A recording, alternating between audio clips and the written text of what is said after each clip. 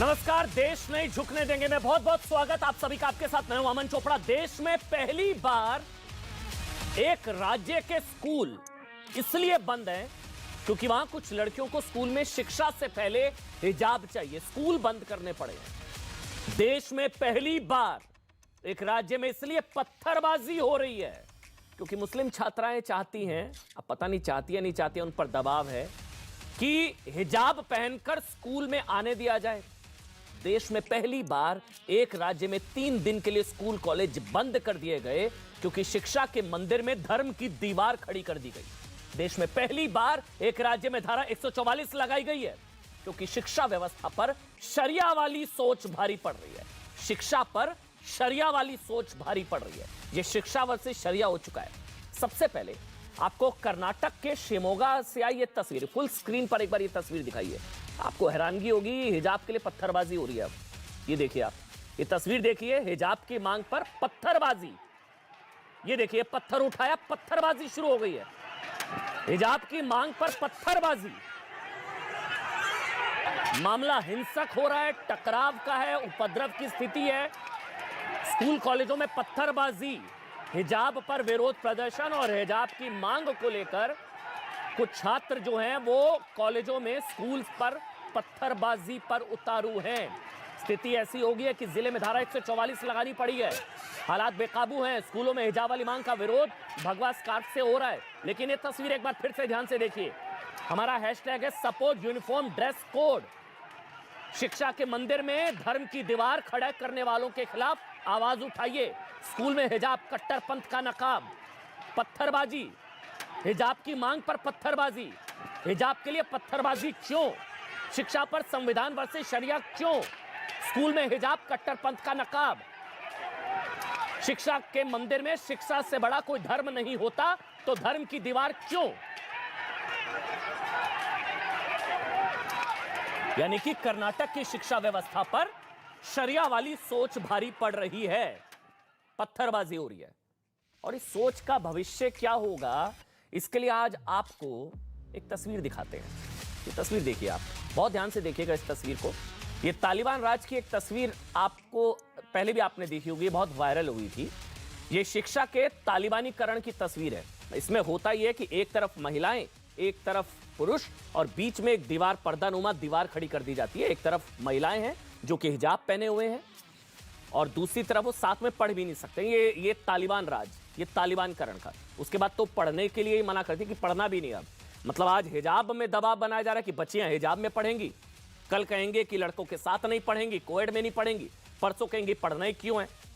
तो फिर ये मुस्लिम बच्चियों के लिए आवाज उठाना जरूरी है हिजाब के लिए, क्योंकि कोई भी बच्ची अपनी मर्जी से वो हिजाब और वो चीजें, बुर्के, क्योंकि हर तमाम देशों में बुर्का बैन हो रहा है। लेकिन जब क्लासरूम में लड़कियों लड़कियों की बीच जो तस्वीर हमने आपको दिखाई, पर्दा डाल दिया गया, उसी तालिबान राज की तस्वीर है जिसमें कहा जाता था कि इस्लाम लड़के लड़कियों को एक साथ पढ़ने की इजाजत नहीं देता और कहकर लड़कियों के सिर में गोली मार दी जाती थी। ये तस्वीर बहुत ध्यान से देखिए, ये भविष्य की तस्वीर ना हो। आज आवाज उठाना इसलिए जरूरी है क्योंकि हिजाब पहनकर पढ़ने की इजाजत मांगी जा रही है।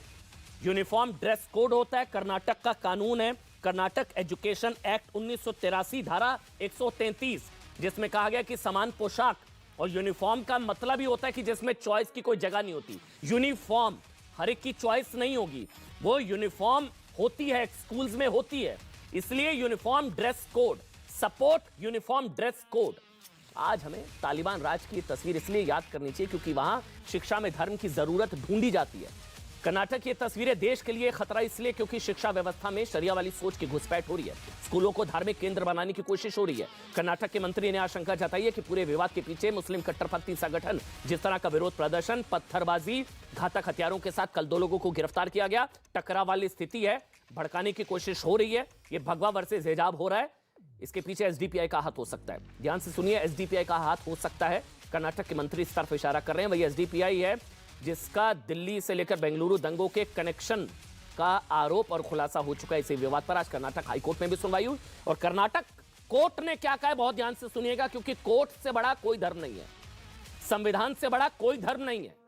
संविधान से बड़ा ना शरिया, ना कोई और धर्म, ना हिंदू धर्म, ना शरिया, कोई नहीं। संविधान सुप्रीम है और कोर्ट ने कहा है कि अदालत भावनाओं से नहीं, कानून से चलता है, कानून सुप्रीम है और कानून तो कहता है कि भाई समान पोशाक होनी चाहिए, लेकिन ये पत्थरबाजी की तस्वीरें भी आज सामने आई हैं।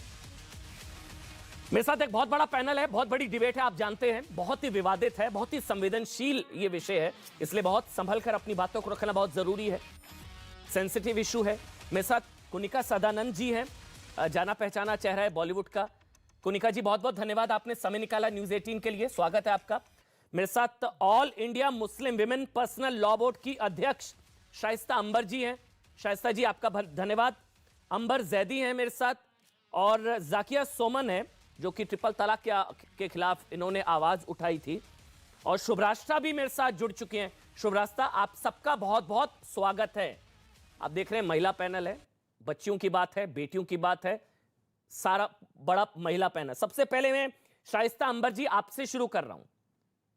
शाइस्ता अंबर जी, ये जो चीजें हो रही हैं कर्नाटक में, स्कूल्स में हिजाब की जिद, स्कूल में एंट्री के लिए, पढ़ाई के लिए, सही है गलत है आपके हिसाब से? शाइस्ता जी। देखिए, हमारे हिंदुस्तान की कल्चर ऐसी है कि सभी धर्म और समुदाय की बेटियां और बहनें पढ़ने की उनको आज़ादी है, और चाहे वो किसी भी मजहब व मिल्लत के हों, उनको, उन बच्चियों को वही स्कूल पसंद आया और अपनी शिक्षा को वहीं अपना देना चाह रही। उन्हीं ने किसी मदरसे में क्यों नहीं गई? क्योंकि उनको वो स्कूल पसंद है, और वो स्कूल के पसंद होने का उनको ये सिला मिला कि उनको शिक्षा से महरूम कर दिया गया। हमारे संविधान इजाज़त देता है, और ये आज से पहले ऐसी कल्चर तो नहीं थी। ये जो आज हुआ है, ये बहुत शर्मनाक माहौल था, ये बहुत शर्मनाक। भारत की जो तस्वीर आज दिख रही थी, ये भारत की सच्ची तस्वीर नहीं है। भारत की तस्वीर सांझी संस्कृति है। सभी संप्रदाय के लोग, सभी समुदाय के लोग, वर्ग के लोग एक साथ पढ़ते हैं, एक साथ शिक्षा लेते हैं। फिर प्रधानमंत्री का दावा है कि बेटी बचाओ बेटी पढ़ाओ। फिर ये नई पीढ़ी को आप कलर में बांट रहे हैं, समुदाय में बांट रहे हैं, धर्म में बांट रहे हैं, एजुकेशन से रोक रहे हैं, और ये नारेबाजी लगा करके ये नई पीढ़ी को गुमराह कर रहे हैं। ये नई पीढ़ी पढ़ना चाहती है, ये पढ़ने की तरफ लगाना चाहिए। ये किस तरह के नारे लगा के उनको गुमराह कर रहे हैं? ये ऐसे मुद्दे देश में कभी नहीं उठे थे जो अब उठ रहे हैं। ये नौजवान पीढ़ी पढ़े उसको, इससे क्या मतलब है कि कौन किस ड्रेस में आ रहा है? जी, आप भी उसी ड्रेस में आकर के दिखाओगे कि हम भी ऐसे आ रहे हैं। शाइस्ता जी, बिल्कुल ठीक आपने कहा, पढ़ाई है, शिक्षा से बड़ा कोई धर्म नहीं है, बच्चियों की चॉइस का मामला है। लेकिन शाइस्ता जी, जब बात यूनिफॉर्म की आती है, जब यूनिफॉर्म ड्रेस कोड की आती है, और कर्नाटक का कानून है